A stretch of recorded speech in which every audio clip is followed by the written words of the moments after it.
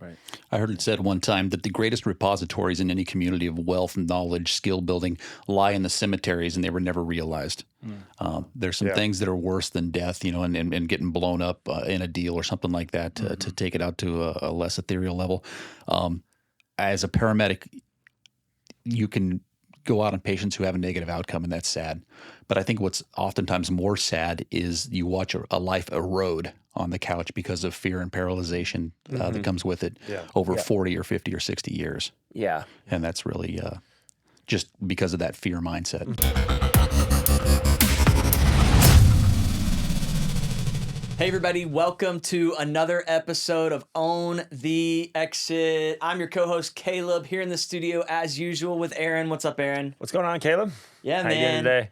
I'm doing fantastic, dude. I'm going to tell you something. It's been a really awesome couple of days. Yeah, it's been great. We've had some of the top producers in our network multiplier model program here in Kansas City with us, touring some properties, doing some different things. And our network multiplier model program, what it is, it's an exclusive program that partners with accomplished business leaders, entrepreneurs, folks who have, built a successful business or a successful career centered around networks and meeting people and connecting with people. And we've been able to kind of leverage what we do and what they've done to sort of bridge a gap to help them build real estate wealth in a condensed time frame using only skills that they already have. And so our panel that's going to be here with us today has collectively directed millions of dollars into real estate, influencing over $75 million in assets just in the last 18 months. This is the first of several episodes in a roundtable series where we're going to talk about everything from mindset to business skills that make millions to how to passively invest in real estate and so many other more to achieve a seven-figure income or higher. And so now, in this episode, we're going to dive specifically into the psychology behind wealth building, uncovering how mindset is a critical factor that separates those who thrive financially from those who struggle. Now, I talk to entrepreneurs all the time who have bought this lie that making more money is going to solve all their money problems, right? And so they go out, they create, they build something, and yeah, they make a lot more money, but they realize it never works. In fact, a lot of times the worry and the emotional relationship with money get worse the more money that they make. I've heard it, the notorious B.I.G., right? Oh, yeah. We were just talking about how Aaron used to rap, right? Aaron's a baller rapper. The notorious B.I.G. is famous. I'll drop a rhyme maybe next session. That's it. Next episode. The notorious B.I.G. said, "Mo money, mo problems," right? You've heard that. Everybody heard that. But I think we're here today and kind of in this conversation to expose that as a lie. I don't think more money creates more problems. I think more money simply amplifies an existing problem that's been there all along, because the problem is not money. The problem is mindset. It's mindset 100% and emotional, and it compounds whatever is dormant. Absolutely. Because now you have more options. You have more possibility to money's a tool. Exactly. And now you have more tools that can be used for good or evil or harm. And then, you got all your, second cousins coming out of the woodwork who have their own emotional issues and mindset issues. And, I think when you're, for Notorious B.I.G. going from zero to millions of dollars and fame at the same time, and then it just attracts all of that dysfunction. Absolutely. And if you're not trained and you don't have the right mindset and you don't have the financial literacy or skills, it can really be a problem. Right? Absolutely. And I think there's two default money mindsets that kind of work in tandem with most entrepreneurs who achieve any level of success. It's a greed mindset and a poverty mindset. A greed mindset is how much more can I get? Right. And a poverty mindset is, well, how much of this can I keep? Right. And I think we're here today to have this conversation to talk about a third option that's the most powerful option that we're all kind of pursuing collectively. And that's an abundance mindset. Yeah. It's how much can I give? How much can I give to my family? How much can I give to my community? How much can I even give to myself? So we want to get rid of money guilt. We want to get rid of money fear. We want to get rid of all money weirdness. And that's what we plan to do on this episode today. And that's the conversation we're going to have. So I want to introduce our guests here. because I think these guys are gonna add a tremendous amount of value. They've all had tremendous success in various different industries, and now are partnering up with us at Oak IQ Investments in our network multiplier model program, and they bring a ton of value. So first, we got Wayne Johnson on the panel with us today. Wayne is a titan in health and wellness who, after losing a $500 million enterprise, rebounded to build a 9-figure business in about 6 years. He's the principal of Exodus Legacy Trust, focusing on helping entrepreneurial families achieve an exit from the status quo and build passive wealth and legacy. Welcome to the show, Wayne. Thanks, brother. Excited to be here. Welcome back to the show. Wayne Yeah, was actually thank a you. guest Yeah. about 6 months Yeah, ago I on made the it back, show. guys. Made it back. So Absolutely. by popular He's here demand, live. maybe. Last time he was sitting in demand. Seattle, his home in Yeah. Seattle, Yep. coming in virtually, but now he's We like the in live Kansas version City. more. Yeah. Excited to be here. We call Wayne the Wayne train Yeah. because Wayne just keeps on going. He's like the Energizer Bunny.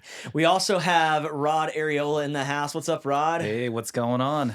Rod is a serial entrepreneur known for expanding the Teriyaki Madness franchise, as well as his prowess in Amazon DSP operations. Rod's expertise in business operations has fueled his substantial passive real estate portfolio. He's the founder of Stellar Legacy Capital, where he tailors real estate investments to business owners and operators. Man, it's great to have you here, Rod. Great to be here, guys. Thank you for having me. Thanks for being here. Excited to be here. Yeah.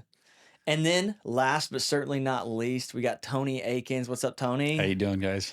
Tony is a retired career public servant raised in a family of Dust Bowl blue-collar workers and immigrants that have bootstrapped a family legacy as successful contractors, real estate business owners, and investors. His current venture, Equip Star Fund, is positioned to become a leading portal to bring opportunity for honorarium for those who serve. The fund is tailored exclusively for first responders, military members, their families, and charities so that they can diversify into group real estate investments. Tony, man, it's so good to have you here. Thank you, Caleb. Yeah. Awesome. So good to have you, man. So I want to start off the conversation, and let's start with Tony. All right, Tony, what do you think the biggest myth about business and wealth is that's kind of held you back, and then how did you conquer it? As you mentioned in the bio, my family, my dad, or I should say my mom never got into high school or got out of high school. My dad never got into high school. And so in the 1970s and 80s, when I grew up, I was kind of the belief that you had to have everything in place. You had to have either a wealthy background, you had to have the team around you, you had to have the uniforms, the training, the building, everything in order to succeed in business. And that was the only way it was done. The problem was I was watching my brothers growing up who built successful construction companies, and they did it with the same no college education. And so that disparity between what society was teaching me and what I was seeing in our own family circle was kind of the primer to go, hey, I don't know that I'm being told the right thing. Yeah. Yeah. That's tremendous insight. I mean, I think even my first business mentor when I was 18 years old, he said a very similar thing. He started going to college at, I can't even remember the university, but he was getting a degree in mathematics. And he's like, I don't want to do anything in math. I don't want to be an accountant. I don't want to do anything in that. Why am I doing this? So he went out and he built a business that, within a few, like not even a year, he was like the president of the largest like tech sales company on the East Coast. Wow. With no college education. Right. And so I think Right. you're absolutely right. The thing that we're kind of taught and led to believe is that if we don't have some fancy degree, if we don't have some pedigree, if we don't come from some certain kind of background, then the American dream is not available to us, and nothing could be further from the truth. Correct. So I love that. And so much it seems like how we're conditioned, especially if you're like a first generation entrepreneur, where you grow up kind of conditioned a certain way through society, and then becoming an entrepreneur or like flourishing, like it's a journey of discovery. Yeah. Of trying to like, okay, what's false, what can be like overthrown, and like how can I create my own path, right? So I feel like, I had some of those same kind of struggles of like just thinking a certain way and then realizing like I don't think I have to do it that way though. There were inconsistencies between the picture and what was happening in our four walls. Yeah, but then Yeah. most people just stay there, right? Like it's Right. only a small percentage of people that actually buck the trend and create their own path. So, yeah. Rod, you have expanded a restaurant franchise. You have become, a top Amazon DSP logistics operator. You've built businesses, scaled businesses, grown businesses, all that kind of. Tell us a little bit about your mindset, where it started, where it is now, and how has your money mindset specifically kind of grown and changed over the years of all the different things that you've built and done. Sure, sure. I want to go back to the first question though. Yeah. What when you start a business, everyone thinks you're going to have more time, right? Mhm. That's farthest from the truth. So, so I've done a lot of different things, including scaling, a restaurant franchise from 30 locations to 100 locations now that are open. And then, operations wise, the mindset is, for me over time, it's changed, in terms of, I'm a guy that likes to do everything themselves, right? Mhm. So I'm a perfectionist. I'm a type A personality, and I've always tried to keep my finger on everything that's going on. And so over Mhm. the years, I've learned that you can't do it all on your own. You got to have a great team, right? And you got to delegate these tasks. You got to delegate things to other people, and that's the biggest mindset for me is to build a good team around you, professional. Well, I'm always trying to find, and everyone says this, I'm trying to find people that are smarter than me, but I'm Mhm. also trying to find people that'll work harder than me. And that's very Yeah. hard. That's very hard. So, it's all about, Good luck with finding that. that right team, right? Yeah. And motivating them and giving them incentives to, and rewarding them with things that'll keep them motivated. So, that's the biggest mindset for me is making sure you build the right team and the right people around you that'll help you do whatever you want to Yeah. do in business, in wealth, in life. Yeah. Yeah, I mean, I got a story about Rod, and I mean, this guy is a stud because we actually worked together at our very first job, and he says I got hired before him, and so he says I was his mentor. So came on, I think I gave him a little bit of training. I think we just went to lunch most of the time, but we talked about things, talked about life. But he actually exited that job, and this is the thing about always having a mindset, a pliable mindset, being open to new ideas and open to new concepts, because he left that job, went out on his own to do consulting, Mhm. called me and was like, "Hey, Wayne, you got to come and jump over and do this as well. This is what they're paying us." And I was like, "Wait a second. I'm working this 9 to 5 job. It's very stable. We were young. We were like in our early 20s, but he was one of the first people that kind of broke a mindset shift on me that I was like, "Oh, wow." And he went for it. And so I took I grabbed the parachute, I jumped too, and then all of a sudden I went and I realized something about myself, that I was a natural recruiter, vision caster. So Rod planted a vision in me, and then I went on and I recruited about 10 other people to leave that place, come do consulting with me as well. So I started building a team from that. So I just, it's really cool. Almost 25 years later, we're back kind of together. Yeah, We've gone and done all absolutely. these things, but now we're kind of coming together. But really, a lot of that dream seed for me to build teams and build something started with that first leap.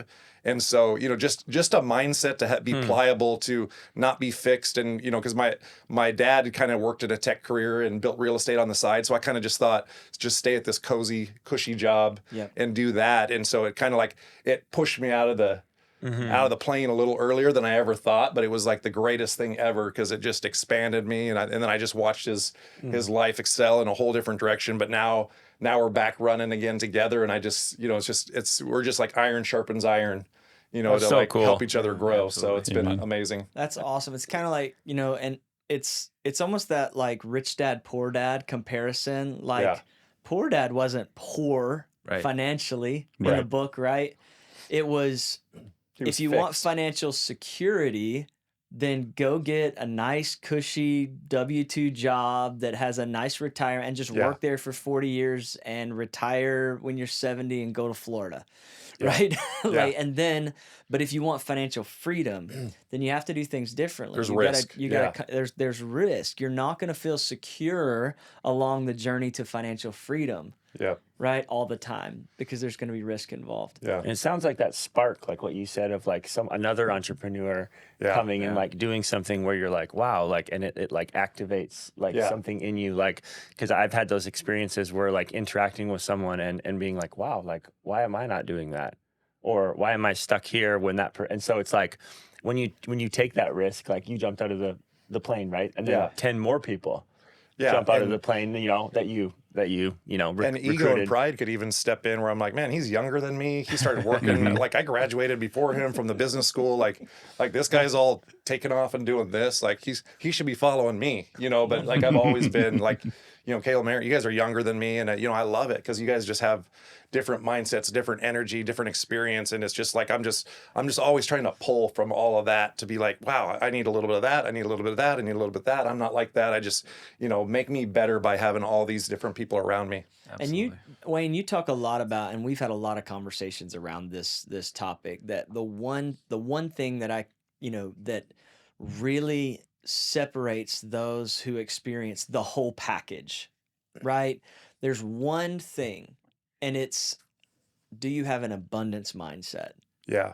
Right? And that abundance mindset is, we kind of talked about it in the intro, but an abundance mindset is one that is not like it almost leads to being that sponge that you're talking about, where you're able to receive from Attract. all these different Yeah. things, but also attract. It's like the lighthouse on a hill. It's like it just, all the boats are drawn to it. Success is drawn to the person who is shining the brightest, and the way you shine the brightest is not by trying to get more for yourself, but it's giving more, right? Yeah. It's that the light, the lighthouse is projecting light out, right? Yeah. Not trying to get everything to come to me. So talk a little bit about, have you always had that mindset, or where did that mindset come from? I think one of the key things that as we were talking about this is the phrase is talent is overrated, but talent is always a lot of times wasted. And so I grew up playing sports, doing team things, and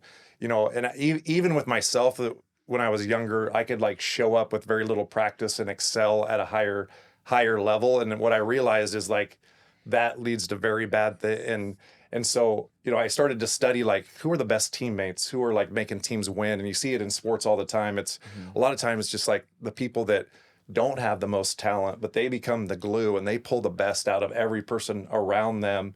And it just started to help me realize that it's really not talent. It's like developing skills and identifying skills in other people and being like, man, I need this person at the table to help with the overall mission, the overall goal of what we're trying to accomplish as a team. And, that's what I love, what we're building with, the network multiplier model is it's like this whole round table of all these people with different skills.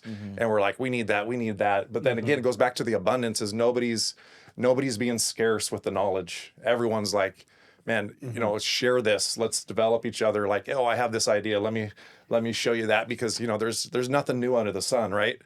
That's another scarcity mindset is that like I have some trade secret or something that only I know. And I believe in God, so God can give me wisdom of 1,000 men in 1 second if I pray for it. Yeah. So Yeah. so I'm never scarce with anything because I feel like every idea is accessible from God, and so we can just share that freely. And I mean, so far it's worked out well for me, embracing that mindset and continuing to embrace that. Yeah. Absolutely. Tony, man, I know you made a shift not too long ago from being a career public servant to now focusing on passive real estate investments, right? Investing passively, but also helping other folks who have a similar background as you, career public servants, be able to do the same thing. Right. And a lot of times there is a mindset that prevents people from seeing that opportunity, right? From accessing that opportunity. What do you think successful investors, you know, how do you think successful investors consider risk differently than those who are less successful? And talk a little bit about how that applies to the folks that you serve specifically with Equip Star Fund. Let's get this off the table right now. You're going to have deals that go wrong. Yeah. There's going to be losers. Just accept that as part of being in the investment community. Yeah. Back to kind of the core of the question. As I worked through a career, and when we talk about teams and all the leverage that the teams bring and all the various skill sets the teams bring, we face some tremendous circumstances. And we don't think of that, in the public service community a lot of times as real risk, or we don't, maybe we joke about it a lot. And it's bigger than we let on. Really, in investing and some of the things that we're doing here with this network multiplier model, it's a new arena for a lot of these guys to step into. And so because of that, somebody's got to lead the way. And I'd always been kind of around the fire station, the stock guy, the equity guy. And so it was not a big leap to come over to where we're at now. From that point, firefighters have this kind of team mindset that, hey, what's the other guy doing? What's going on over there? And so the ones and twos have come in and they've started to kind of follow, hey, what's going on over there? And they're going to watch that. And it won't be long, I think, until we continue to see that this is just going to continue to segue and waterfall. Does that make sense? Yeah, absolutely. No, it does. And I'd love for you to, speak a little bit to how you kind of made this shift from stocks and equities into focusing more on passive real estate investments. Sure. Yeah. What was it that drew you and attracted you to that? One of the things I think anybody who spends any time in the investment community identifies is that anybody who has the kind of time freedom and legacy wealth creation has real estate as part of the portfolio. I had always been, having watched my brothers and watched swung the hammer when I was younger, watched the power of what real estate could do. Slow flips in personal properties throughout my career. And then as my career kind of wound up in the last 5 years, moving into some of the various aspects, we did some tax liens, tax deeds, that kind of stuff. And if you've spent any time in real estate, you know that these things just kind of build and you discover other parts of the market that are available to you. Yeah. And so it's just kind of grown organically out of that. And I've got a long-time relationship with Wayne here. And when we discovered what he was doing, it started a conversation that led to another conversation. And now we're out here in Kansas City. Yeah. Curiously, it actually was out here in Lenexa when he approached me about the Lenexa project that we're working on right now. That's awesome. Wow. That's awesome. And so I think the reason I was poking and prodding with that question, not specifically about mindset, but was to see that it really was, it seems to me, and correct me if I'm wrong, it really was that you had the mindset of, I'm willing to absorb and analyze risk. And it kind of even comes from a little bit of your background. Like you think of risk differently as a firefighter. It's like, I'm going to run into this house. It's like, yeah, I'm going to run into this house. There's a family in there. Absolutely. Right. And so thinking in the same way, it's like it's the same way that I think about my investments, obviously not with the same physical life risk, but I'm like, there's a family on the line. Right. Yeah. Right? There's a family on the line with how I make these decisions. There's a long-term future and a legacy on the line. And I think if more people could begin to think with that kind of mindset about the future, then we would look at risk differently. Risk is always a part of the investing equation. But if we're trying to stay secure, like what we talked about earlier, then we're never going to experience freedom. We're never going to build legacy if we're always just looking for security, safety, all of that kind of thing, right? You talk about security, and that's one of the things I've heard around the coffee table at the fire station time and time again. Guys talk about contracts and security. Well, we look at, so many cities, not to get political, but, so many places that have had municipal bankruptcies, and suddenly those contracts get torn up in court. Let's be honest, that security is not there. That doesn't come with a guarantee that you're going to get that, even though that word guarantee gets batted around a lot. Back to your point, Wayne, when you get around a group of folks that don't have that scarcity mindset, those guarantee issues are never there either, but somehow there's always abundance. Yeah. That idea of risk is to me, it's even if you have a 50% chance of failure, if you do nothing, I mean, what's the alternative? You know, it's almost, there's more risk almost in the sense of like, yes, it's comfortable, but it's like a slow death, Guaranteed zero. Yeah. you know? And so it's like, worst case scenario, you take that risk and then you fail and then you go get a job and work till 65, Right. which is Yeah. what you would have done anyways. Right. What's And the quote? The boat is safest in the harbor, but it's meant to be at sea. Yeah, Yeah. exactly. Yeah, I mean, I was literally thinking that same quote, and one of my mentors, he says, I want to live a battleship life, not a cruise ship life. And he's think about Right. what people do on cruise ships versus like what is a battleship. And I'm a person of mission and purpose, and so I want to be out sailing in battle every day, which means there's always obstacles, but inside every obstacle is massive opportunity, right? And the bigger the problems, the bigger the paycheck a lot of times. And some people can have, problems, that's a negative. But again, it's the mindset shift of like every problem is opportunity, and the people that solve the most problems in life tend to have the most wealth and the most fun, and can get around other people that can help you solve the problem. So love that. That's what we're doing here. yeah. Yeah. For sure.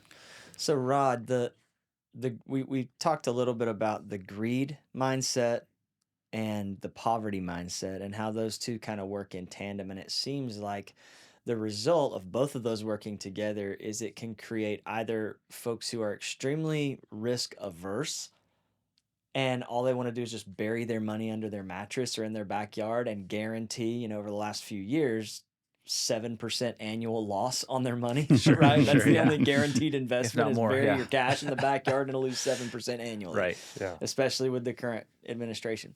But anyway, Not to get political. not to get political, Tony, but Just get truthful.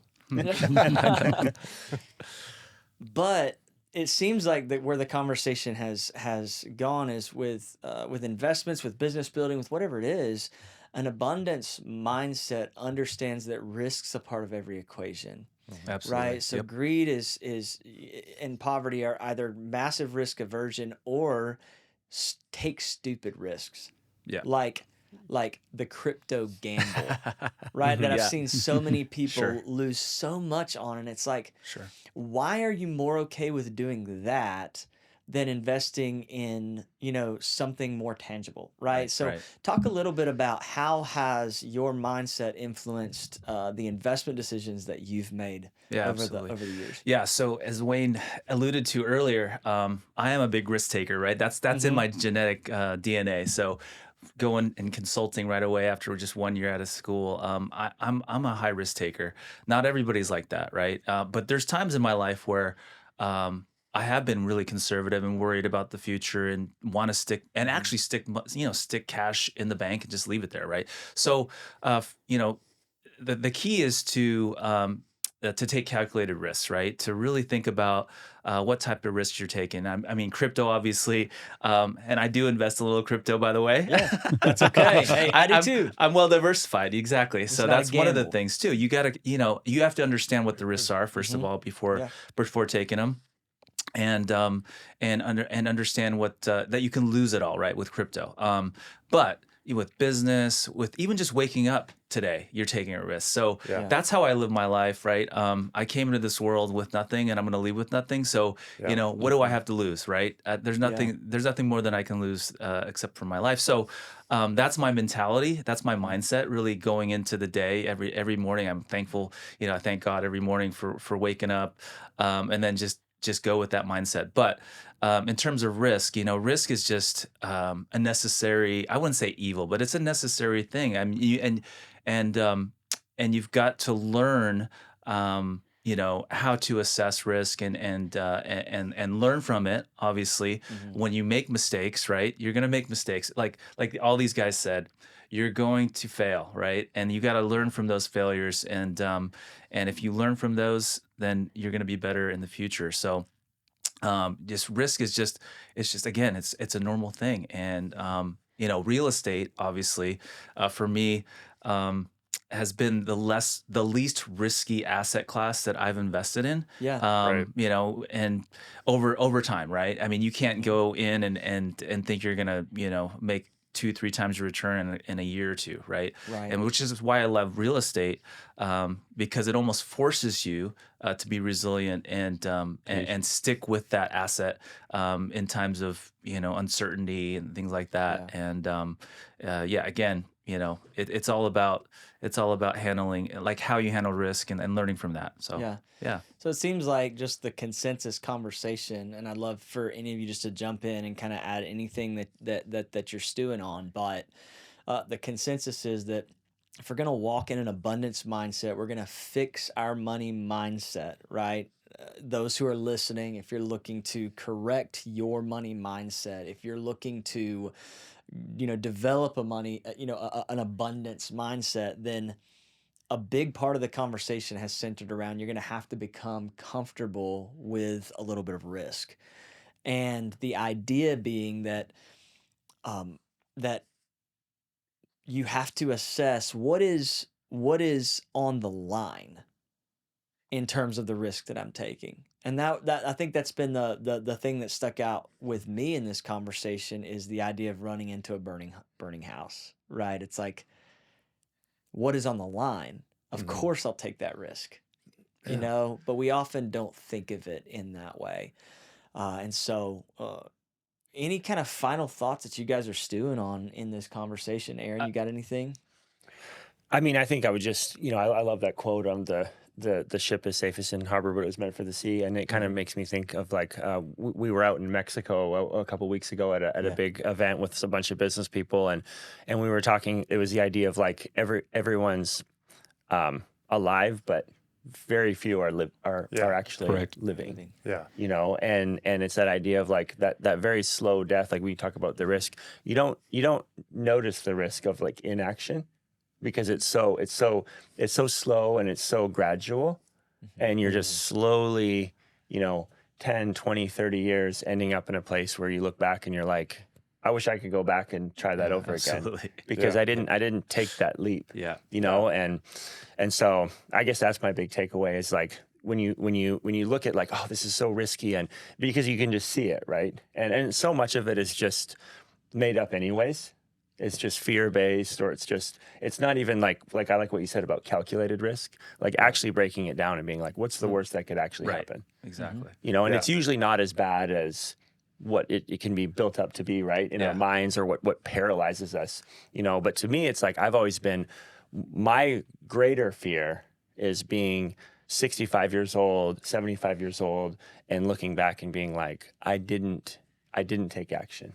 Yeah. And I think I'd rather have nothing and at least know I tried, but looking back and having that regret, Yep. I think Yeah. that's more painful to me than failure would be. Right. I heard it said one time that the greatest repositories in any community of wealth, knowledge, skill building lie in the cemeteries, and they were never realized.